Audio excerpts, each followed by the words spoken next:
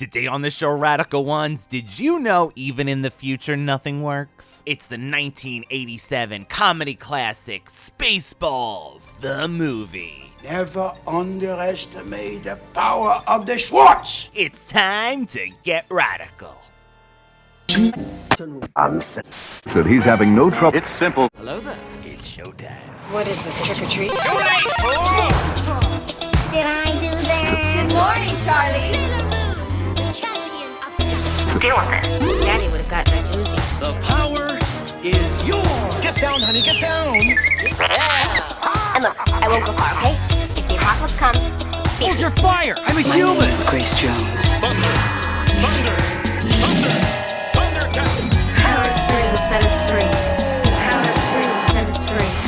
Power of 3 will set us free. But I ain't one to gossip, so if anyone asks you ain't heard it from me. No, you have. No more room in hell. The dead walk here. Dooby-doo.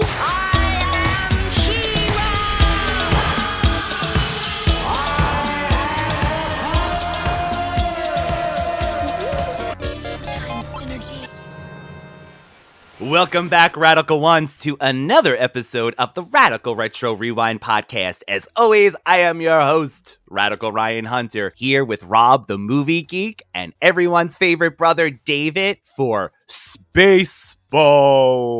Yay! Watch out! I usually do when balls are flying at me.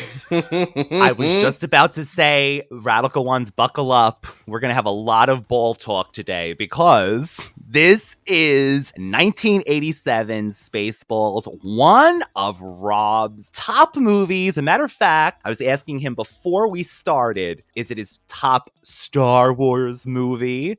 I know you also like fanboys. Like, that is also, right? Your other... Yes. So, for May 4th, I will watch Spaceballs and Fanboys. I do not watch Star Wars. Sorry about it. It's just not my jam. But here's the thing. I've seen all the Star Wars. Seen them all. Rogue One is my favorite, if that tells you anything about my taste of the franchise. He likes war movies that are dark and... hope.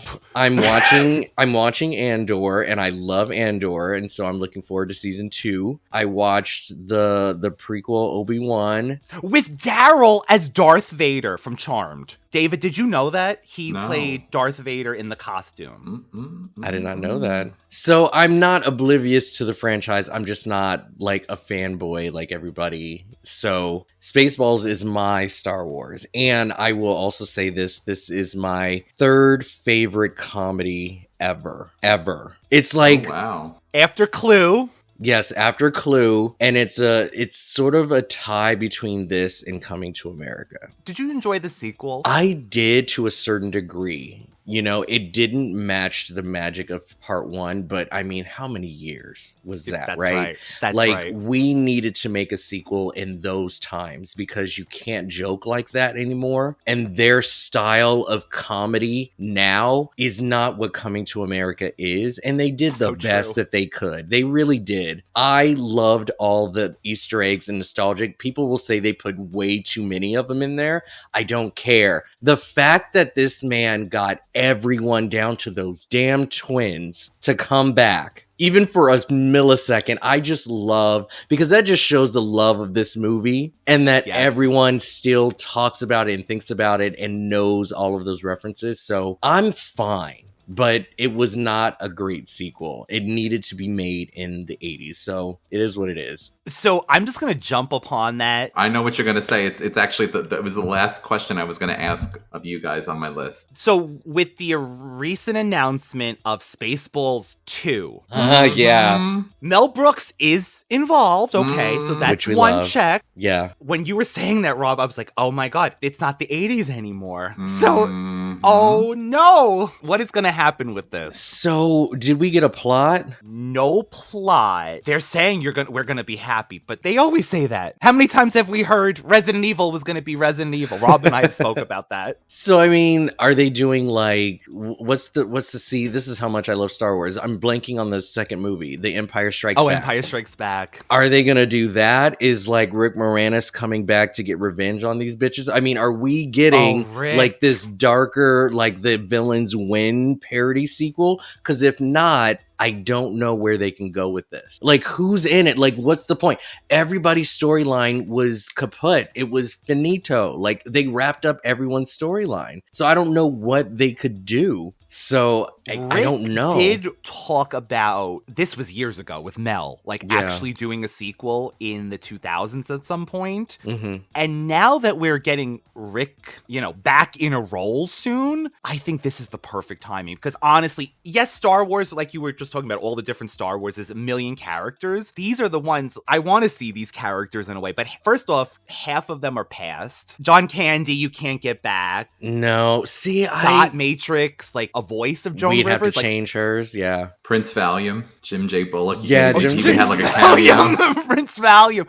You know what I would love, but they would never do? They would never do it. I want the sequel to continue the literal day after part 1 and just pretend everyone's the same age. I don't care. I would just love like that. I don't care. Like, if you really need that much reality in a Spaceballs sci-fi parody movie, like, get out of here. Just play your age. I don't need it to be a legacy 20 years later, 20 light years later. Just literally start from day 1 and just have everybody looked aged out and it's the same day. I don't care. First off, that go would be back. hysterical. Don't do it today. It's just I don't know. I don't know what you would do. Unless it's a remake, I don't know. So that's what I said, because I said, would lightning strike again? That's what, like, kind of my catchphrase about all these things.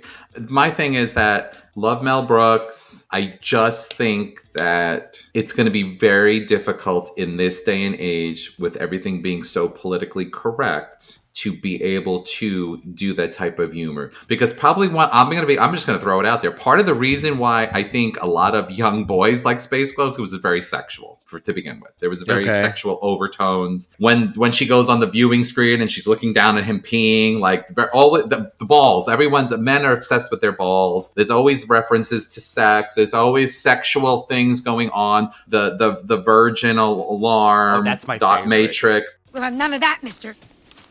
How far did he get? What did he touch? What did he touch? Nothing happened. What the hell was that noise? That was my virgin alarm. It's programmed to go off before you do. You get back to bed, miss. And as for you, sex fiend. All right. Let's all just get some sleep. We gotta get moving before dawn. There's a lot of sexual things as a young boy, like trying to find himself. Like I totally vibed with the whole sexual thing. I didn't know what it was, but I vibed with it. I don't know how that would transcend. And I also know that we get to a certain age and our humor, I don't know how Mel Brooks is up on, current, like, things that would it just be for older audiences, and would that be enough to draw in enough money to be a quote unquote success? Like, that's is where it always kind of, because I would totally go for it, because I can throw politically correct. I can make fun of myself as a gay man. I can make fun of when someone throws a gay joke, as long as it's done like taste. You know what I mean? Like, tastefully, not to degrade somebody, but like it's funny. Let's laugh at each other. There are jokes, and life can be stupid. So I can appreciate that. But would that transcend having Mel Brooks? How old is Mel Brooks? Like, I'm not saying age, but you tend to, like, I have dad jokes now because I'm a dad. Like, you know what I'm saying? Like, you change, you progress. So that's like one of the things that I always feel like. His comedies are of a certain decade, but Josh Gad, that actor, is writing with him, David. So he is a current. And I don't mean to be an ageist. I'm not being an ageist. I'm just saying, like, your priorities you're saying, change. will the humor translate? So, David, I would actually suggest watching The Producers. It would be really interesting to get your take, because me watching this movie from 2005, so it was like 20 years ago, watching it today, I knew some of it, right? Like, I knew the Nazi part, and I thoroughly enjoyed this movie a lot. Now, some of the humor didn't hit, but it wasn't because of how political correctness is today. It just, honestly, some of the stuff just didn't hit. With that being said, though, I was still able to laugh at his work.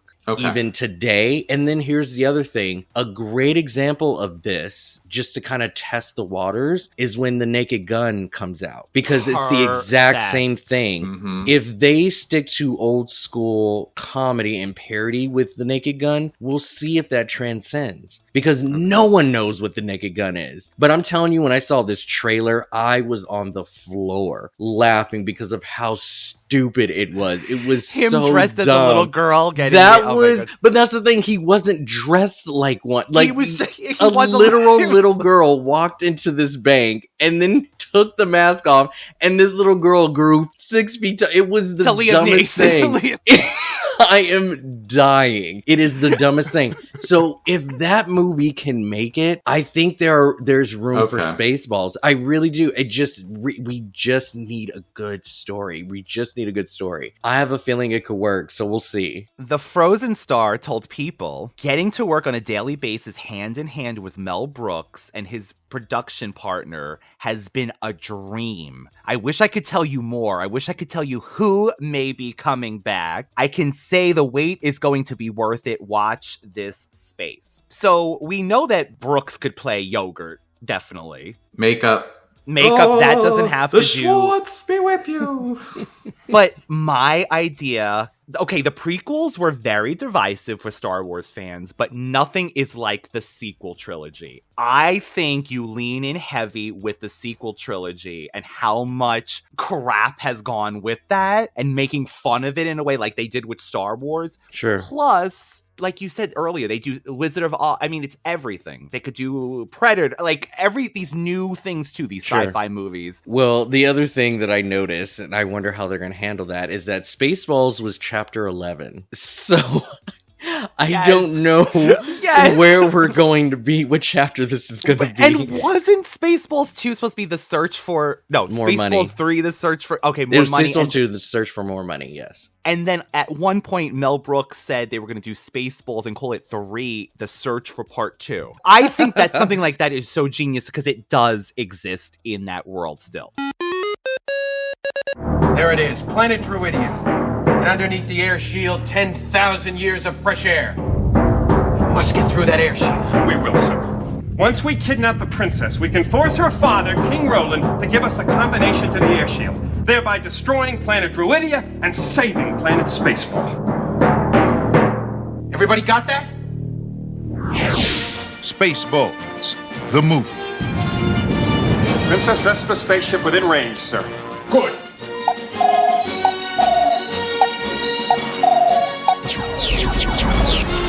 What's going on? It's either the 4th of July or someone's trying to kill us. Now we will show her who is in charge of this galaxy. If you do not give me the combination to the air shield, Dr. Slotkin will give your daughter back her old nose. Only one man and his trusted companion can save planet Druidia from disaster. Okay, Eagle 5, coming in. Lone Star. First, they must learn the secrets of yogurt. Yogurt? I am the keeper of a greater magic. The Force? No, the Schwartz. Avoid capture on a distant planet. Tell them to comb the desert, you hear me? Comb the desert! Found anything yet? We ain't found. Battle the entire Spaceball army. My hair! He shoved my hair!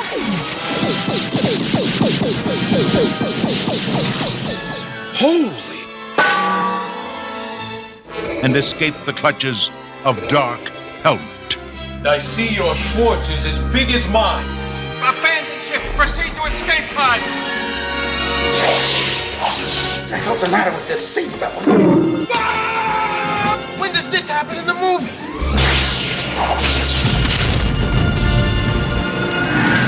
Give me bomb! Spaceballs, the movie. How do I know you're not making faces at me under that thing?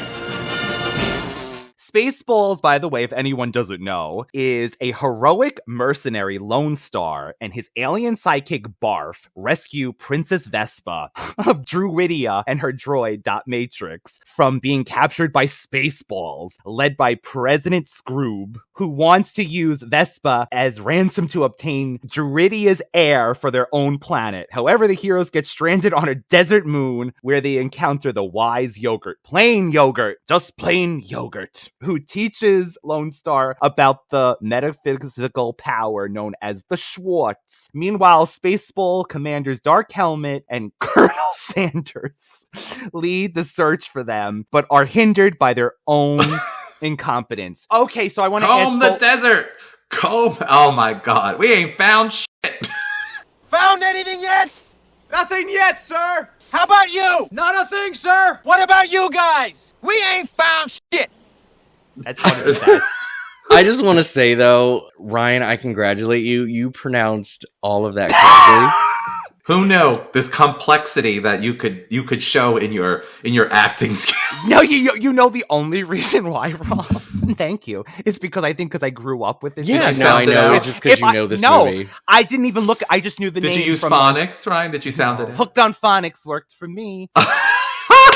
Oh my god, Rob is holding up. That's one of my favorite. That's like one of my favorite lines. And the fact that it says Ace on it too is like one of my favorite things in the whole movie. He has a frame with a cartoon version. I'll send you a picture so you can post it. Oh my god, this is hysterical, and it says we found shit. Him and I are like that. Because that was like one of my favorites. I went to, so there was this like art gallery or something, and this guy had a bunch of drawings like this where he takes characters that we all know and love and he creates sadness from them. Like there's some kind of disappointing thing that comes from that. And like, so for instance, ooh, Rob has props today, by the way, everybody. No, I bought two of them because you know, I just loved it. But this is another one. The Riddler. And it says, I forgot the answer. Yeah, so he just comes up with these like sort of like disappointing sad moments with the characters, and that was one of them, and so I was like, I have to buy this. Yeah. Are they one of a kind too, or does he like mass produce them? Because that's so cool. I think so. I mean, I'm sure that I can look up the artists and see their gallery. I'll send you like their Instagram if I can find it, but it's a really cool page and a wonderful idea. It's really just simplistic drawing, and it's straight to the point. I love it. It's so cool. But I had to show you that. I was like, and he's got it that made my day. That's awesome. I love it. Your favorite moments? That's one of my favorite. I mean, it's a lot of funny moments, but I just love even the down to the detail that even says Ace. It actually says the name of the brand from the. It just is totally cool. Well, it's a little on the nose. I'm not offended by this because it's just what it is. But I just love the fact. Pick. I get it's a pick. Yes, it's a pick. I mean, and that's another thing. This is, and I actually brought this up in a kind of a quick tangent. Is that I spoke with someone at my job and we were talking about like comedy shows. We were talking about Mad TV. We were talking about Living Color and how Living Color made fun of everyone. And it was okay. Yeah. Gay people, straight people, black people, white people, all types of people. And it was like nobody was off the table. And that's the way I feel like pure comedy, if it's done in a respectful way, is good because we've talked about this, and we've actually, all three of us talked about this in a previous episode of the podcast, how comics are some of the darkest people because they have the deepest hurt and the deepest. And so that's where this comedy comes from in a lot of ways, turning that hurt into something you can laugh at. Unscrewed, I want to say. So Unscrewed. Yes, on Scrooge. My husband thought it was Screwed. I'm like, okay, where was your mind? Did you guys see that random video of Josh Gad and Jennifer Lewis? No. So they're doing sort of this backstage backwards like roast on each other, and it's not like jokes, but it's just because Jennifer Lewis loves saying the MF word, right? She just loves saying it, and so these two had sort of like she says it very well. Yeah, they both had this like MF battle with each other, and it's just like, not you calling me this, no, I'm gonna call it. If you have not seen this video, no, but that's oh my amazing. God, please look it up. Because I love her too. It is amazing. And so, well, for one, Jennifer allowing Josh to call her that is insane, but he does it so good and so many times. And that, to me, I think shows just something that we haven't tapped in yet with Josh Gad. He's capable. He is capable. And he also played like the most horrible person on that Little Monsters movie. Because he was a dick character on that. And like, he's got it. If he's co-writing, I'm sure he has some twisted stuff in that head of his. So. And I told Rob, I guarantee you he's going to be Barf's child of some kind, or a cousin, or something else with that. By the way, Bartholomew. The desert sequence, David, was filmed in Yuma, Arizona, by the way. I don't doubt it. Nice. They probably weren't really dying. They probably were like water, oil, That room service. Okay, before we get any further, there is a distinct line in this movie. It does not follow the heroes continuously. I feel like we get almost 50-50 with the Spaceballs side of like the Empire and our heroes. Do you prefer, because there's people who prefer the helmet, the hole on the ship. Do you have a preference, or do they just work together? 100%. Like, so here's the thing. I love John Candy, and I think that even Dot Matrix had some like cute moments. But like, I could literally watch an entire film of just these fools like, I would love a Star Trek like plot of the Spaceball ship. Like, just do. That ship is so long. There's so many stories on there. They had a circus on there at one point. Like, it. I'm the bearded lady. You what are you? fat bearded. He's like, what are you? What are you? One of the freaks? Oh my god, that line. But no, I honestly, if I had to pick a side, yes, I would prefer more helmet I knew you moments. would. Well, because they were more meta on the ship, and those were my favorite parts. Is when they kept referencing that they are in a. Once we kidnap the princess, we can force her father, King Roland, to give us the combination to the air shield, thereby destroying planet Druidia and saving planet Spaceball. Everybody got that? Good. To be in a theater to witness that, I wish that I was old enough to see that movie so I can get that moment in the theater of him just looking at the audience like, do we get it? Because we're not saying it again. Here's the plot. And they had this mean look like, listen. Oh, that was so good. I would have loved to experience that. But yeah, like, they were more meta on the ship, so I preferred that stuff. It's really like a masterpiece in comedy, that old school comedy like that on the ship. Mm-hmm. Down to the jamming. I wrote that down. Radar being the bleeps. jammed. Every Michael Winslow from Police Academy. Could you tell he laughed when Helmet ripped the phone off? Because he tried to say his other line and he was so giggling.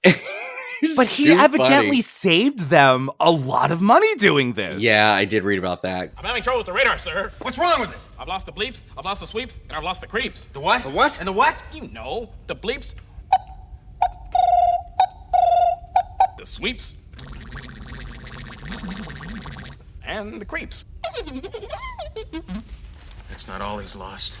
Mr. Coffee next to Mr. Radar. Everything was just so cute. It was actually, there was like really adult things. There was kind of cute stuff. There was just really funny. I mean, I have so many little things, like the freaking stupid thing, even the Perrier instead of Perrier.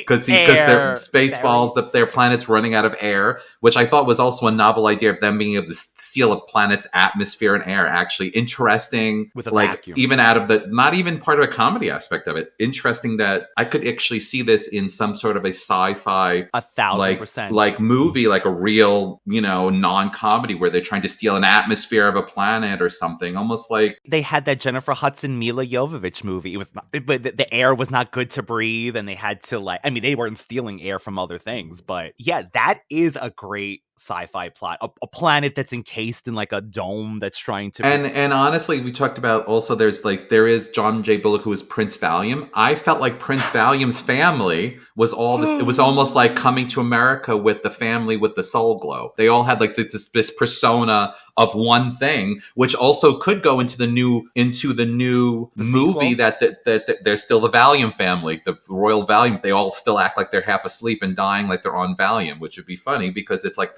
you know what I'm saying? Like it could still be. There is something that kind of gave me that vibe too. Like that whole, they're all like kind of connected in that way. So honestly, I don't think we'll ever do this movie. Like I'm looking at my things here. I and have so many things. So I don't know. Like just like start throwing them out. I guess. It's very, to me, it's very quotable. It was actually really hard to write notes for this because it's just me repeating lines for 90 minutes. That's all that I was doing. But I will say this right off the bat, right in the literal beginning, this is something that I don't think I caught before. And the first words is Once Upon a Time Warp. I had no idea. That's a reference, right? To Rocky Horror? Let's You do know, the time warp that again. makes so much more Right? sense now. I never noticed that until I watched it the other night, and I'm like, I You're think this right. is a reference You to are Rocky right. Horror. And to give you a glimpse into the mind of Mel Brooks, like immediately after the prologue, which obviously is a lot silly, you know, with a whole bunch of stuff in there, and then we get, and If I you could read timed it. this. I timed it. It is 90 seconds. 90 seconds, like a literal minute and a half of the ship. This is how long the ship is. And the music being so monotonous and boring and just so Is it like Jaws? plateau- Is that like a Jaws ripoff? Ish. But that then it goes silent and then it starts up again. And it's 90 minutes of this long ship. And I'm like, this movie is gonna be fantastic.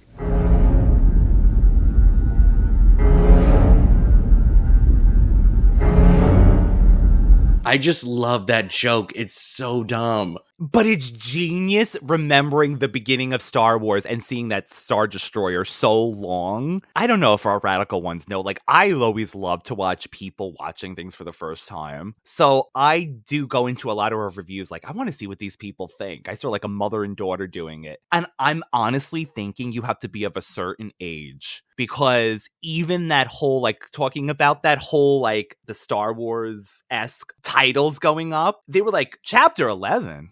They're like, where are the other parts? And then the mother finally said, like, oh, I think that also means bankruptcy, too. But they were so, like, I think you have to have some kind of, like, basis and, like, this as a comedy. Honestly, I think this really needs, you have to be open, I think.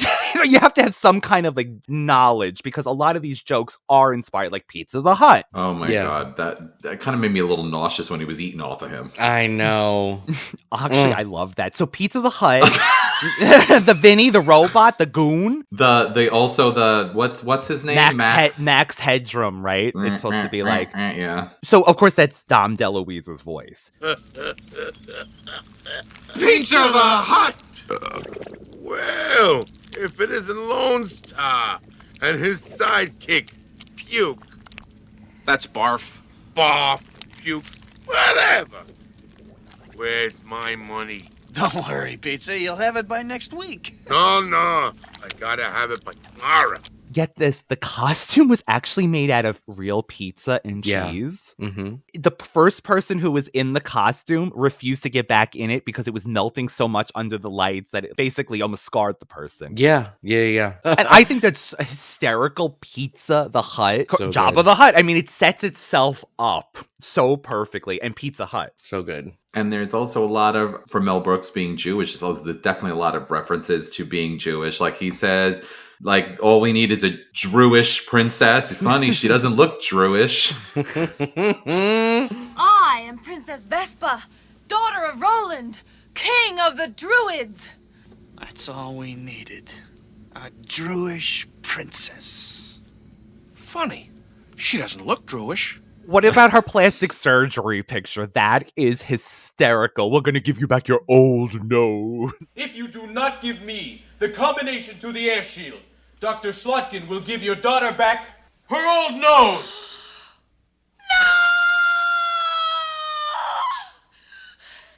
Where did you get that? All right, I'll tell. Oh, did you guys recognize the Hello Nurse that was in that scene? But I mean, she did have a presence. That is Brenda Strong. She is mostly known from Desperate Housewives as our narrator. Yeah. On Wisteria, I had no That is freaking Brenda idea. Strong. Wow. Okay. Hey, wait! You forgot to get married! Will you stop? What are you doing? No questions, Dot. Get in.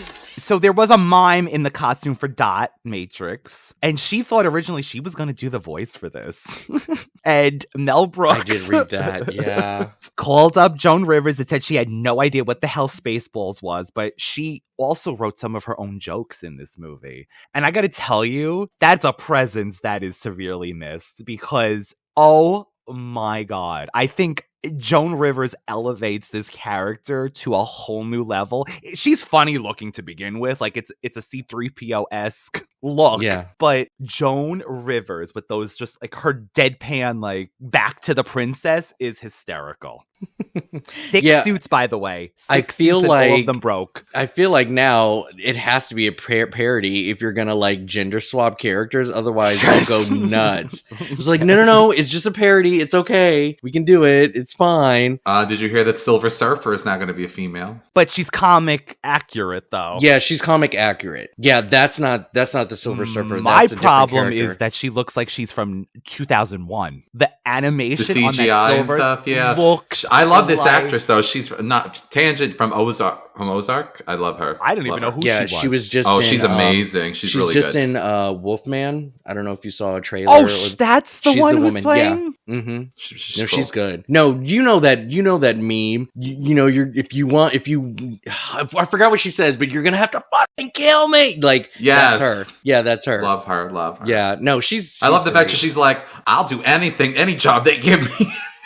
That's what she said. That's an actress. That's someone who wants to work. She won't turn down anything. I love Let me tell you, I'm sorry, but Doug Jones looked better in the Fantastic Four. Like the animation, I don't know what happened, but that's a whole other thing. That's a whole nother story. So should we talk more about the storyline? Because I feel like we've just done a little, because I have some things when they get to the planet. Well, let's say Lone Star is basically supposed to be Han Solo dressed as Indiana Jones. Yeah, kind of. Barf, Chewbacca, Dot Matrix, C-3PO, Princess Vespa. Yeah. Princess Leia. Okay, so we set that up. Lone Star, can I tell you, this is where we've done a few Bill Pullman movies on here, and Rob knows. He is so handsome in this movie. I don't know. I am so taken by him. Yeah, Ryan likes him drunk and poor. Told you to marry for money, you fool. Well, let me tell you, if it was Bill Pullman, I might have to make an exception. I just love him in this, and I love that fighting relationship with the princess. I said take only what you need to survive. It's my industrial strength hairdryer.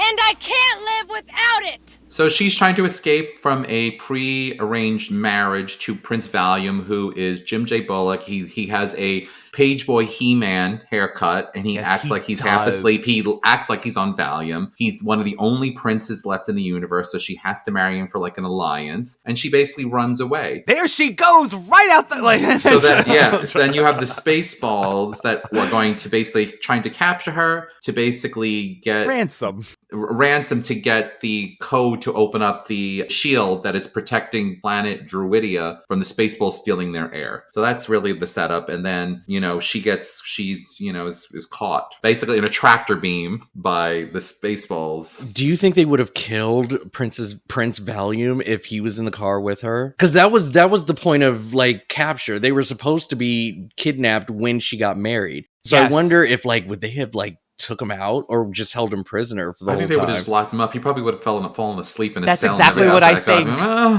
Yeah. Yes, he probably woke up at the end of the movie. Yes, that's exactly what I'm thinking. They rescue him and he didn't even realize he missed the wedding. That would have been actually hysterical. That's funny. I wrote something for Ryan, which is kind of off. So with the Thundercats thing. So did you take notice that Princess Vespa's ship is in I'm calling it a tractor beam because that's what I'm just going to call it. Tractor beam. By the way, took by 5 years. Spaceballs 1, is that the ship is holding? So Lone Star, who is in a flying Winnebago, yes, pulls up above Princess Vespa's ship, and Barf goes down on a ladder, can breathe in space. So Ryan gets this reference because we've made references in Thundercats and various cartoons that apparently She-Ra, He-Man, Thundercats, everyone can breathe in space, even though there's no atmosphere. So Ryan, I just had to throw that in there. Barf goes down to go get them out of the ship. But it's not, I was going to say, could it be his particular alien breed? But no, you're right. She comes out of the ship too without having she's like, what are you doing? She's like, what's your barf? She's like, not in here. This is a Mercedes. The matching luggage, that... Girl's got to travel, so... Hysterical. But yes, you can breathe in space. as this is all going on, we have to give it up to Colonel Sanders. By the way, what do you think about this? Steve Martin was the original choice to play this character. Oh my God. He would have done an amazing job. Have those two worked together him. before? I don't think they have. I mean, not directly, maybe like on SNL or something, but I wonder if that pair would have worked. I don't know. You know, I gotta tell I you think though, they would have been good. I love Steve Martin and I think it's amazing, but the actor who does a really good job. George Wyner. Mm-hmm. He is, honestly, he gives his all, and he's so funny in this movie. Yeah. I mean, I can only imagine if any of this is improv in the way that he just continues to just work off everyone's things. Like, just when Helmet was like using the force on that guy's balls. And you cut to the camera to him, and he's just looking away, shivering, like he can't just bear to look at what's happening next to him. And I just think that is just genius. He's really good. He's really good. That's why I really can't imagine anyone else. He's just so good. What the hell was that? Spaceball 1. They've gone to plaid. We've gone to plaid. Oh, I don't know if you remember this, Ryan. So on my Brunch with the Hollowells Patreon, my tier list. No. It wasn't on Brunch. It was on Movie Geek and Proud. Tier list. I was just about to say. My tier list was the name of the speeds in Spaceballs. Oh. So this movie has always been. So this has influenced you. It is very influenced. God. Yeah, I was like, I have to call my tiers these speeds, and yeah, plaid was the highest, of course. Yeah, no, of course, the whole time. I loved it. Also, Planet Moron was the original title, and they said no. You know, Mel Brooks said, you know what, maybe we have to use space in the title because it's a parody of Star Wars. So evidently they were in a room brainstorming for hours, whatever the case is, days. He spills hot coffee or tea on himself, Mel Brooks, and he screams balls, and that's how it happens. All right. That works. As easy as that, right? Another thing which I thought was really interesting is the barf costume was operated by 3 people. Candy operated the tail using a hidden control in his paw, while 2 assistants controlled the ears, and it was also powered by a 30-pound battery pack on his back. I do love the ears. I thought the ears were a great touch sometimes. When he would have a certain facial expression, those ears would pop up. I'm like, oh. Oh my God, and his poor foot when it gets crushed. That scene is just... Can any of you, Ryan, I don't know if you looked this up. Can any of you identify what he was eating in the beginning when he was dancing? Oh no, but I wish... And he's like, I was so curious what that was. It looked like curry or like maybe like chicken mixed with gravy. I don't know. I was so curious what that was. Is it supposed to be like dog food, but they made it like, it just looked like just a bucket of like chow. But I don't know. It looked semi-edible. I just wonder what they used for that. And he was worried about the special later after eating that crap earlier on. Yeah. So I want to say something. So there's a part they crash land on this desert planet because they're basically trying to evade the Spaceballs. So they go into, what is it? Warp speed, not light speed. Spaceballs, that's a funny part where Dark Helmet wants to go really fast to catch up with them, and they go super fast, and he ends up crashing because he doesn't buckle himself in, and there's Oh my god. So he crashes when they slow down. They fly past them. Barf and Lone Star are talking about how they should have not only put $5 worth of gas in the ship, so they end up crashing, and they meet up. They're going to this desert planet and carrying all of Princess Vespa's, her royal match luggage. She has an industrial-sized hairdryer, very much like the Con Air hairdryers. If you know Con Air back in the 80s, mm-hmm. She can't live. And then you get these 7 dwarf people that are very much like the Jawas, but they're also like they look kind of like very much seven dwarves. Yes. See, now I took them as munchkins. Munchkins, yes, it's very much like I feel like that kind of like a combo of them. It felt like. Mm-hmm.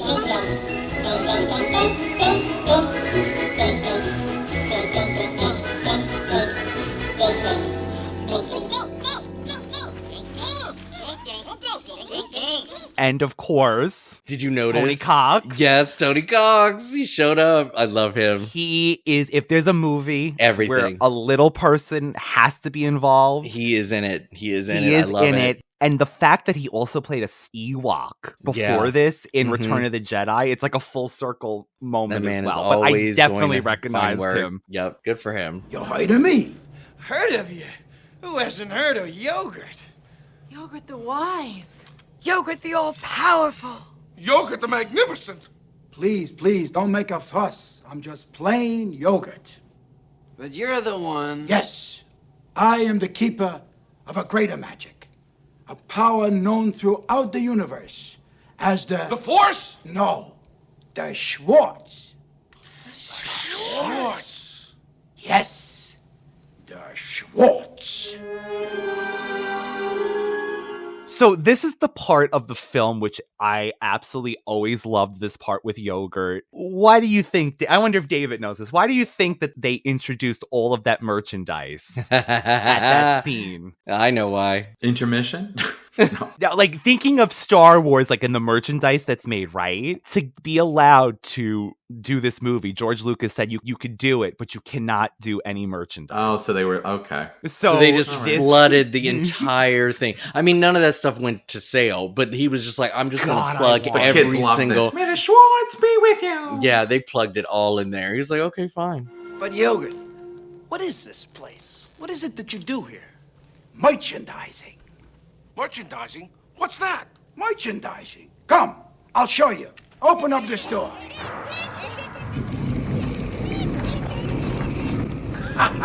Come, walk this way. Take a look. We put the picture's name on everything. Merchandising, where the real money from the movie is made. Spaceballs the t-shirt. Spaceballs the coloring book. Spaceballs the lunchbox. Spaceballs the breakfast cereal. Spaceballs the flamethrower. The kids love this one. Last but not least, Spaceballs the doll. Me. May the Schwartz be with you. Adorable. Sure. And if you notice, by the way, one of those lunch boxes has Optimus Prime on it. It's literally Optimus Prime. I never noticed that before. I'll have to look at that. I didn't notice that. What the hell? They just threw Optimus Prime on this thing. I did not notice that. It's Optimus Prime. The colors, everything, and I never noticed that before. So I don't know if that was a mistake. Did you get, so when they go into they find this temple, the oh, Wizard of the Oz, Jawa right? Munchkin people get them to this temple. Did you get, for a glimpse, they basically say they feel like they're going into an Indiana Jones. They make reference to Indiana Jones, right? Did you get a vibe of the Wizard of Oz as they're all clutching hands going to see the wizard, walking to the wizard for a moment? It's always been Wizard of Oz for me. I don't think I ever really, as a kid, I never really got the Indiana Jones vibe. It was always Wizard of Oz. Me too. The way that they approached that statue, like that was especially, well, I mean, Dot and Barf got scared, but like exactly, it was the same thing before them walking up and the great and the eyes of the great and powerful. Yeah, it's always been Wizard of Oz for me. So yeah, I definitely caught that. So one of the things, though, also George Lucas said you cannot have Lone Star dressed as Han Solo. So what do? Indiana Jones. I think that is hysterical. Like that's the little things that are, again, genius that Mel Brooks comedy can add. Yeah, no, I agree. Well, that's the thing with Mel Brooks too. I think with his films, which could be a blessing or a curse, like you cannot take your eyes off his movies. You're gonna miss the joke. You're gonna miss it. It's gonna be so quick. They're everywhere, no matter what. Just even down to the Spaceballs toilet paper. Like, don't turn and grab something from the kitchen. Like, you're gonna miss it. It's all there. So good, his writing.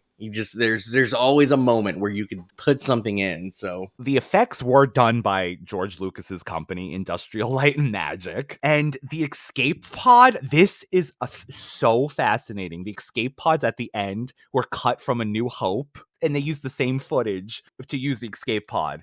So those are actually from Star Wars, the first Star Wars movie. I love things like that. Also, I've mentioned this with Rob. I don't know, maybe it was when we did that Spaceballs episode. There's a thing called the Wilhelm scream. Did any of you notice it? It's a scream that it's like, oh, yeah. The Wilhelm scream. When the cameraman got slashed. Yeah.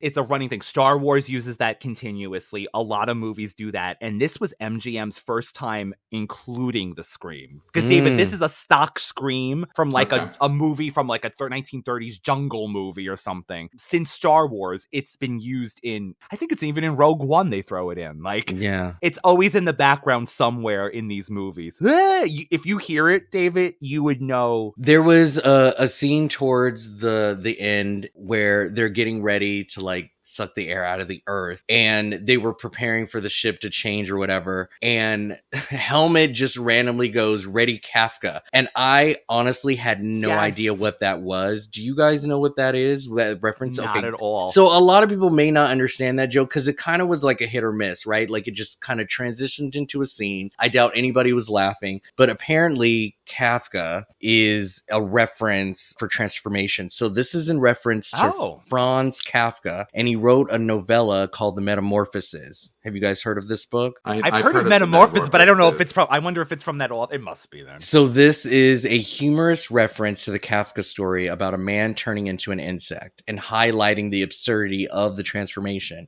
So you know that story of like, you know, this person turns into a cockroach and now he has to live his life like one, and, you know, people treat him differently and all that stuff. And so Kafka designation suggests that Spaceballs change into the maid, you know, in this, you know, equally bizarre and unsettling event is similar to that. So that's why he says it. So in case anybody didn't know. Thank you for that, because I would never have guessed that, known that at all. Yeah. So, I mean, I was like, this is a great opportunity to finally understand what the Kafka reference meant. But I didn't know what a Cuisinart was when I was a kid. So now I do, now that I work in like, you know, I'm an admin now.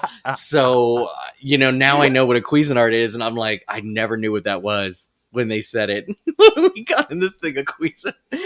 I honestly feel like a lot of these things just went over my head as a kid. I remember when they're holding the Schwartz, I kind of like that part. I see your Schwartz is as big as mine. You have the ring. And I see your Schwartz is as big as mine. Now let's see how well you handle it. And when they're like, suck. Mega Maid's gone from suck to blow. Mega Maid, yes.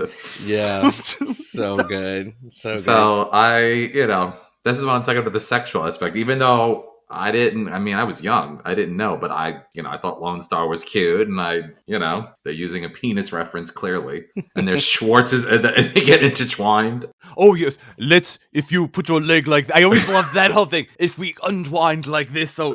Did y'all notice that Dark Helmet's tie is an upside down penis, evidently? Yes, I did notice that. Never noticed it until someone pointed it out. Our gay little minds are probably seeing that. I don't know if that's exactly what it is, but yes, I did notice evidently, it's one of those things that people are like, yes, he has a penis. That's funny. And then, I don't know what you want to call it. What would be the reference to? There's a part where Lone Star gives the princess a gun and she accidentally gets her hair shot, which is a big thing for her. Like, her hair is everything. She talks about her hair throughout this whole thing. She has a huge hair dryer. Her buns are literally like it's like Princess Leia. The hair, hysterical, she gets pissed off and she's like, my hair, and then she literally like Terminator kills every freaking thing because they shot her hair. I think that's just supposed to be a joke about she wasn't like into it until like it affected her directly, kind of thing. Yeah, that was good for Rambo. Like, I love when she says that. It's also them just missing the whole time too. Which I think is hilarious. She's literally walking so slowly, straight line, and still nobody can shoot her, and she's blasting everyone. So good. Oh my god. That's the thing. It's so funny. Yeah, they did some really good stuff. I thought the stunt double my god, with the was woman when he's fantastic. Yeah. See, going by that, he has a history of doing that Nazi-like look. Like, one of them has a Hitler stash. Yeah. Spectacular stunt, my friends. but all for naught. Turn around, please. Ah, what a pity. What a pity. So, Princess, you thought you could outwit the imperious forces? You idiots! These are not them. You've captured their stunt doubles! Search the area! Find them! Find them! But is that like reclaiming? Like, yes, I mean, yes, if you want to like he's reclaiming your power by making a joke out of yes, that's what Hitler. I think about it. But just imagine, like, these guys should not have gotten away, but if it wasn't for the gag of a stunt double, they would not have gotten away. I just think that is just so funny to me. And it goes back to that Lethal Weapon thing you were just talking about earlier, Rob, where you can have these completely opposite looking people. There's their stunt double. Do you call that, would you call that breaking the fourth wall because of the fact that they're the stunt doubles, even though you're not addressing the audience directly? What would you call that? I think so, because the fourth wall is sort of the indication that you are self-aware of your surroundings, right? You're in a movie. Yes. You know, Mel Brooks, President Scrooge is like, if I walked, the movie would be over. Like, the ship is too big. I can't even walk. I had to run to this spot. Otherwise, the movie would be over. That is breaking the fourth wall. Do you feel like he is the one that has the most real fourth wall breaking moments? Mel Brooks as the president? Like, I feel like he has so many of those moments. Like, he's so self-aware. He is very self-aware, yes. There's also a part, though, like when they're trying to find out towards more to the beginning where Lone Star and the princess are, they actually pull out a VHS tape of the actual Spaceball movies. He's like, that is Rick Moranis, I can't say his name, is like, how do you have this? And we're filming the movie right now. He's like, through a new technology. This is now. But this is now. Now. When is now? And he's like, this whole now. like, he gets so freaked out. He's like, when does then be now? Soon. Soon. That's right, soon. What the hell am I looking at? When does this happen in the movie? Now. You're looking at now, sir. Everything that happens now is happening now. What happened to then? We passed then. When? Just now. We're at now. Go back to then. When? Now. Now? Now. I can't. Why? We missed it. When? Just now. When will then be now? Soon. How soon? Sir! What? We've identified their location. Where? It's the moon of Vega. Good work. Set a course and prepare for our arrival. When? 1900 hours, By sir. high noon tomorrow, they will be our prisoners. Oh! But of course, a way to plug your other films. All of them were listed there in full force. In the case. Yeah, in the cases. So, so good. And we didn't care. I did not care. No, I was like, genius. they just managed to find them in the desert. That's how the progression of the story goes. We just look at a VHS tape. Now we know where they are. I loved it. Now. And it's played so well. Too. So before we, wrap, I just want to highlight the comedic genius of Rick Moranis. Like, watching this movie and I haven't seen all of his work, but just Little Shop of Horrors being my favorite musical, and like Honey, I Shrunk the Kids, even Parenthood when he's trying to be serious. Like, I just find this man so fascinating. He is just so good. And this movie, like, I can't think of anyone else who would be able to do this and a justice, to just be a complete opposite of a threatening Darth Vader. The fact opposite. that he is doing the voice, but he, for some reason, wants people to believe that it's through the helmet that the voice is coming out that way. I can't breathe in this thing. We're approaching planet Druidia, sir. Good. And it's just, I just think it's so hilarious the way they got this little guy with this gigantic helmet on. Everybody's afraid of him, and I believed it. Just, he is a menace. He's just like this big child, and you just don't want to disappoint him or you're done. Like, everybody was scared of him. Yeah, it is just so funny. But then, like, it all comes to fruition with just this scene of him playing with his action figures. That entire story was improv. Yes. Mel Brooks just put a camera in front of him and said, go. And Rick Moranis came out with that whole entire story to himself. That was all him. Now, Princess Vespa, at last we are alone. Oh, no, I hate you, leave me alone. Yet, I find you strangely attractive. Of course you do. Druish princesses are often attracted to money and power, and I have both. and you know it. Oh, leave me alone. No, kiss me. No, no, yes, no, no, yes, no, yes. Oh, your helmet is so big. Lord helmet, what? You need it on the bridge, sir. Knock on my door. Knock next time. Yes, sir. Did you see anything? No, sir. I didn't see you playing with your dolls again. Good. I always think of that scene. He is just so magnificent, but my favorite, and this kind of ties into the fourth wall thing. This is honestly the funniest moment that I had last night. Before, it was when he flew into the machine after they stopped. Like, yeah. I would be on the floor, cannot breathe when I was a kid. But today, the funniest thing is when he realized who jammed him. And he goes, there's only one man who would dare throw you the raspberry. And then he has to pull down his mask to say it. But like Colonel Sanders looks at the camera, moves out of the way, and then he goes, Lone Star. And then it just crushes him. And it hits him so hard that he passes out. It's dumb, but it is the funniest thing ever because it's a moment. Gold. It is a straight moment. You're supposed to do a close-up when they get the realization, and the camera just goes too far and knocks him out. Sir, the radar, sir. It appears to be jammed. Jammed. Raspberry. There's only one man who would dare give me the raspberry. Lone Star. Dumb. Favorite moment. It's so funny. No, it's amazing. Even him drinking the coffee, it's gurgling through the mask. The freaking like. Oh my God. So just to bring up that R.L. Stine novelization, the jam comes into that at one point. So the novelization, there's a few things. When Lone Star, Barf, Princess Vespa, Dot meet Yogurt in the temple, Barf asks Yogurt if he was the leader of the Red Eye Knights and the possessor of the Force. Yogurt replies that's not him, but Sir Alec Guinness, who played Obi-Wan Kenobi in the Star Wars saga. Then the joke about the radar being jammed and Lone Star giving Helmet the raspberry is enlarged with the line, Lone Star, he knows I'm allergic to raspberries.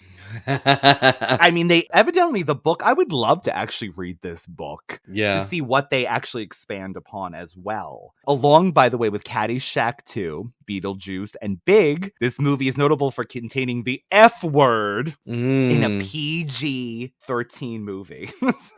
So there was actually a few curse words in this movie. Oh man, but have you guys watched the edited TV version of this movie? Probably over the years, because I've seen it so many times. They had to dub over all of those curse words, and it was just terrible ADR. But we love that. We love those. Yes, sir. Thank you, sir. Instead of F you.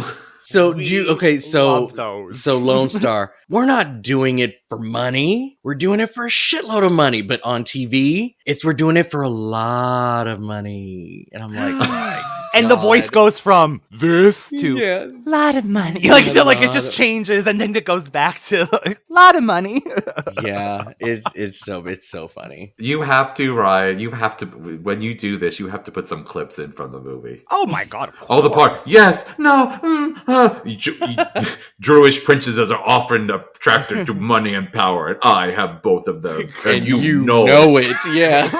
Oh God. Stupid. And I just want to say something. Growing up on Long Island, two things that stuck out to me is the Mercedes, because the way the father was talking to Lone Star about how he's breaking down, how he got a deal. One princess for 1 million space bucks. What's she driving? A brand new white Mercedes 2001 SEL limited edition. Moon roof, all leather interior. I got it at a very good price. I paid cash. My cousin Prince Murray has a dealership in the valley. He was very nice to me. We get the idea. The Druish/Jewish princesses, because that is very prevalent on Long Island, Nassau County, Long Island particularly. It's very much that. And it was just funny that he's like, I got a deal, my cousin or whatever. It's very like New York. Yeah, almost like a cousin Vinny sort of. Yeah, my cousin too gave me a good deal in the Mercedes and blah, blah, blah. And that she's a Druish princess. totally could relate to that, was freaking hysterical, having grown up in that sort of environment. Oh, yeah. That. Including, speaking of, I feel like very New York is these diners, right? I do love the diner wrap up that we have at the end of this movie, because to Alien. You think the movie's coming to a close, right? Like,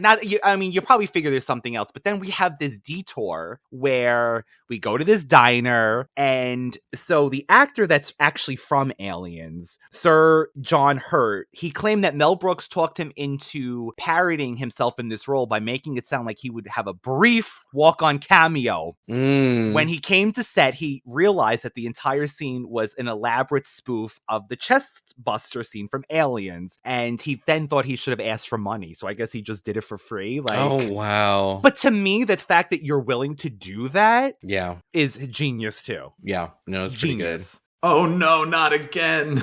We have to talk about the fact that this is definitely reenactment of the alien scene when the alien pops out of his stomach. And then, hello, my baby, hello, my honey, which is totally brings me back to Bugs Bunny. And the dog, like the whole thing and the whole, frog. the WB, the whole WB frog, Michigan the whole J frog. And I love it, love it, love it. Oh no, not again. Hello, my baby. Hello, my honey. Hello, my ragtime gal. Send me a kiss, my wire. Baby, my heart's on fire. If you refuse me, honey, you lose me. Then you'll be left alone. Oh, baby, telephone and tell me I'm your own.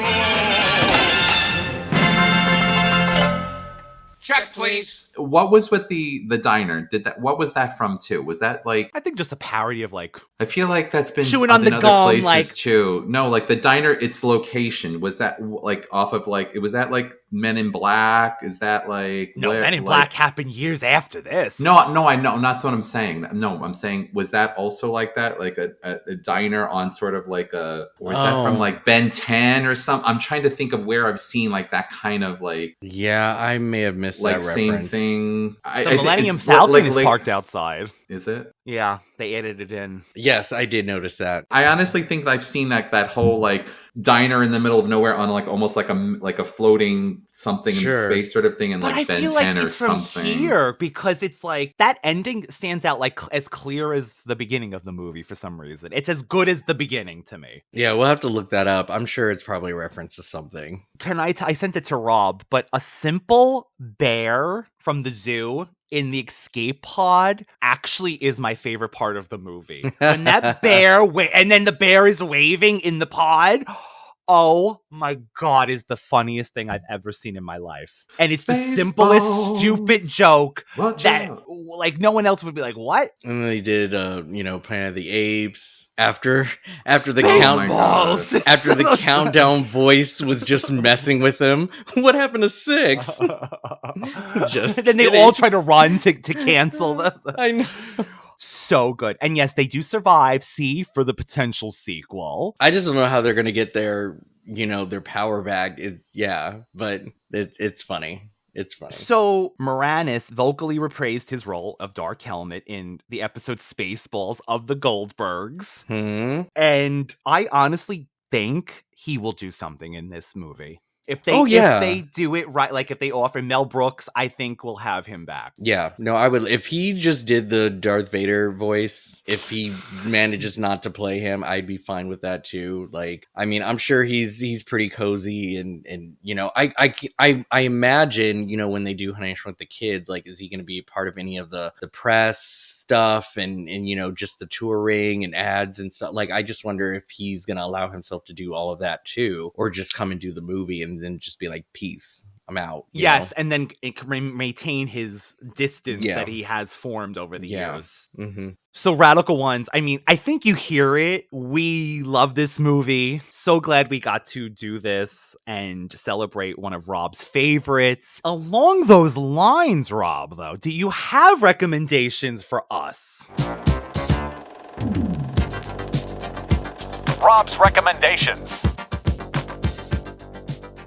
I do. Hopefully these are not repeats. I think that this movie speaks all volumes of what comedy used to be, what it can be, what it is. And it's just, there's just so many ways you can go with this. If you did enjoy it, I would recommend, if you have not seen it, to just bite the bullet, just sit down and watch Monty Python and Holy Grail. I think that this is one of the best parodies of them out there. And while the time period may not be your flavor, I still think that the comedic stylings of these group of people do very well. And I think the nonsense humor that's a part of it will benefit you, to give you another good laugh. And I'm trying to think of something that's retro, but also people just don't really know too much about. I think a lot of people just will not sit and just push play. I did it, and I don't regret it. I think it's a fantastic movie, so definitely watch that. The next one I'm going to recommend is a little bit of a meta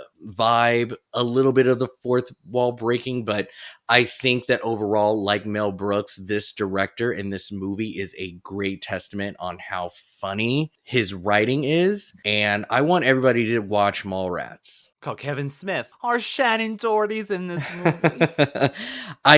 He is just so good with doing sort of the satire, the parodies, but also just creating a lot of storylines and moments that feeds that geeky heart. And this is more towards the comic book sort of leisure teenage vibe of it all. I think Mallrats is a fantastic movie, so please watch that. By the way, I do a double feature at the movie theater last weekend, and the theater that I went to was the launch location of Kevin Smith's 25th anniversary of Dogma. So he's traveling to all of these theaters, just sort of making appearances and doing a showing. And then sometime in June, it's going to be re-released everywhere for people to watch again. So I got to see Kevin Smith at the theater. You actually saw him in person. Yeah. I mean, I didn't go up and meet him or anything, but yeah, they had this whole setup for everybody to take pictures. You basically just get in line and you just shake his hand and take a photo with him, and that's it. But got to see him in person. So it was right in between the two movies that I saw. So I got lucky to see him in person. Mallrats,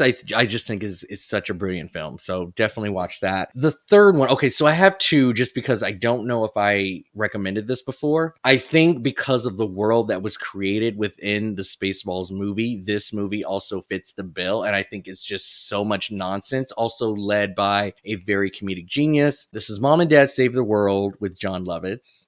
I have a feeling that I recommended this before, but still, if I have, I mean, because my vocabulary, my collection, should be bigger. But if I did, then as we talked earlier, Coming to America is where you need to go. Watch Coming to America. It is fantastic. But yeah, it's one of the best comedies ever in the whole world, and it's just so funny. So definitely watch those. Now, if you didn't like the Spaceballs movie, maybe because you have a big love for sci-fi, you don't want it being made fun of, or even if you do, you want it done in more of an intelligent way. So my recommendation is just press stop on Spaceballs and go right to Hitchhiker's Guide to the Galaxy. I think this would be a great sort of switch from the parody to a more well thought out sci-fi film, but still keeping its comedy chops and also the world that's been created within. The next one I'm going to recommend is Evolution with David Duchovny. I have not seen that movie in years. Yeah, it's a slash between Ghostbusters, Men in Black is kind of in this a little bit too, but it creates some really cool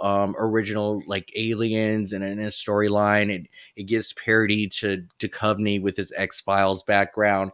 I think this movie would be a great substitute if Spaceballs did not work for you. And the last one that I'm going to recommend is another parody based off another IP. While Spaceballs has Star Wars, I am recommending you watch Austin Powers, International Man of Mystery. Okay, yeah, which is all based on James Bond. Very true. I have only seen Bond post Pierce Bronson. I have not seen anything before. And I know that most of the Austin Power films are from before. And the number of times that I occasionally catch a reference from Austin in a James Bond clip that I would see randomly, I just can't believe how much homework was done to make this film so believable that it was a James Bond parody. I recommend starting the franchise of Austin Powers. You will not regret it. It is hilarious. It is so funny. I used to love those so much Yes. and watch them so much. And then it just stopped at one point. Yeah, I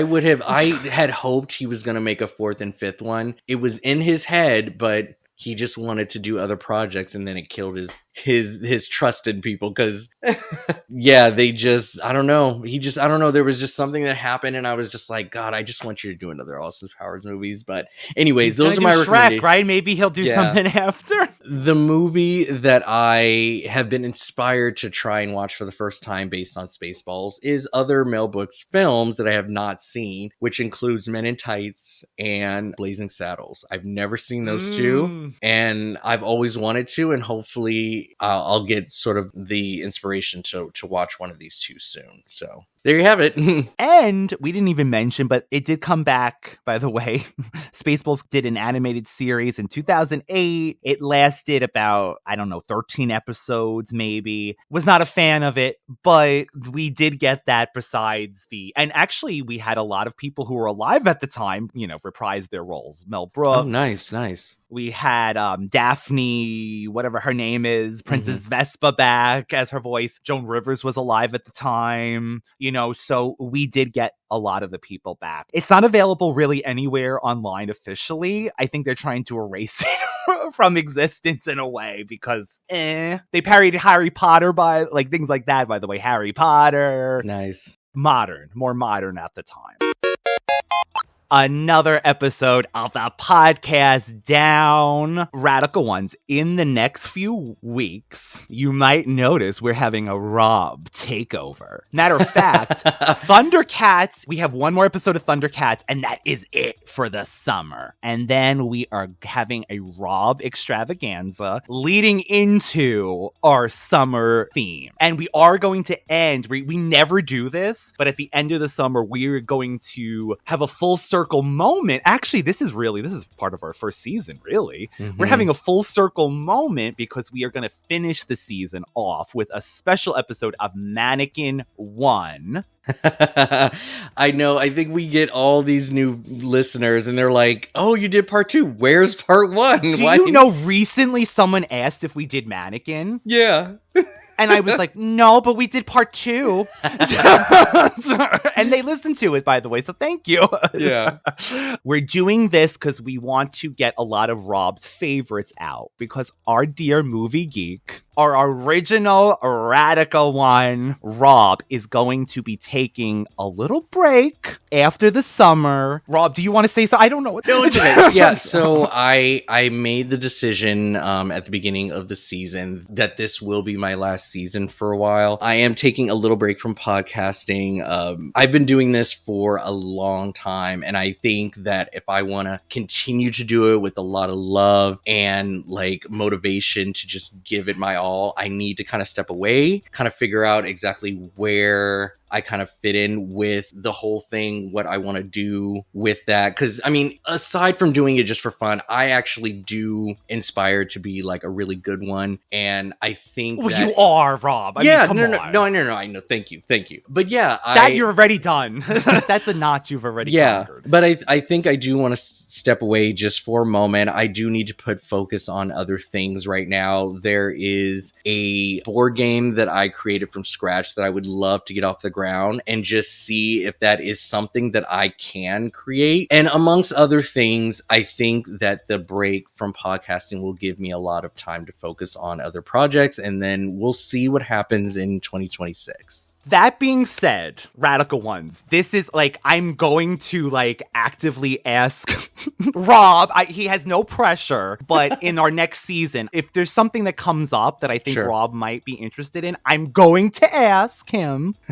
We just want you to know that Rob is, and it's not even the final episode yet of the whole goodbye. Rob is such a part of this show. Again, without Brunch with the Hollowells, without hearing that someone could take their passion and actually create a show and build a community and a legacy. That is what Rob did. And I was so inspired by that we got radical. Oh my God, I don't know why. So I owe Rob so much for what Radical Retro is. We're going to be going into 200 episodes at some point. Mm-hmm. This man better be there too, like just to celebrate that. Because again, he was on the first episode. He will always have a home here. He will always have a seat at this table. Thank you. And he will always be one of our co-hosts. I mean, the show will continue as normal, but if there are movies that come up and Rob sees something like, and he feels tempted and whatever, it's not a full out of retirement, but if he wants to come in, we would or have suggestions. Yes. So thank you. That's always good. Or it's not a messy breakup. No, we're not. What's the word? Legally separating or anything. It's just a kind of a break so he can focus on some other things, and then we'll see where it goes. Thank you. No, I hope that I picked some really good ones to finish out this season. These movies that are coming up are truly just personally near and dear to my heart, and you'll see as I go along. We'll go through them, but I thank you for the opportunity for me to get some of these out before taking the break, because they've been on my list forever since we started, so I'm glad to be able to go through them. Still can't do Clue. Sorry, spoilers. I can't do it. I'm still not comfortable reviewing that movie. I just can't. But you will see some other favorites on here that I adore, and I look forward to our Summer of Horror. It's going to be a fun season in summer. Honestly, that decision was made knowing this in advance, because I wanted to also acknowledge that's our first starting thing, and it's like an anniversary moment. We want to celebrate Rob. Please send us messages. Questions, messages. I mean, anything you wanted to get out before Rob takes his break, please, this is the time. Let's celebrate Rob. Let's give him his flowers, as he says. We're going to have an amazing time the next few months. Rob, when you're not hanging out over here, where can the lovely people find you? I do have a current movie geek page on Instagram. It's Rob the Movie Geek, all one word. I'm also Geeky Rob. That's my personal one. I don't post on there often, but if you want to really get to know who I am a little bit, I would go there. I do these small little stories. I think I told you, Ryan, I'm since I think fall of last year, I've been doing Musical Mondays every week. It's just a way for me to relax and decompress from a Monday. I really don't make any plans except for this upcoming Monday, the 28th, I think. I'm going to a musical parody show of The Real Housewives. So that will be my substitution for Musical Monday. But I've been watching a new musical every Monday since last fall, movies that I have not seen before. And so that journey has been so much fun.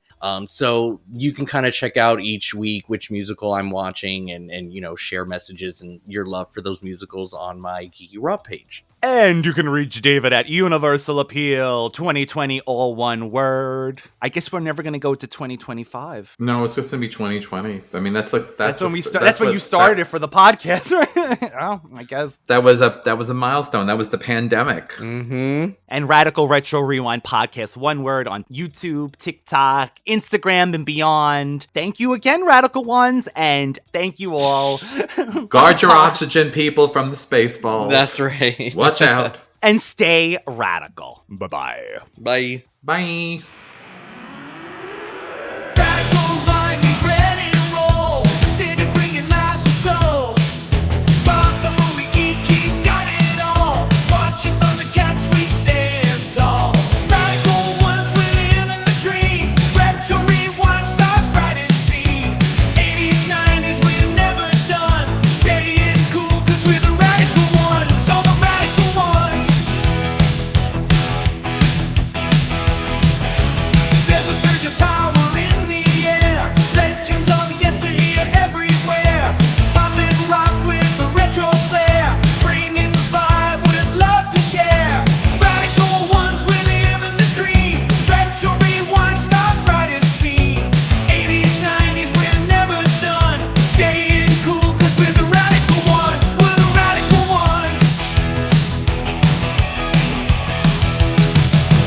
He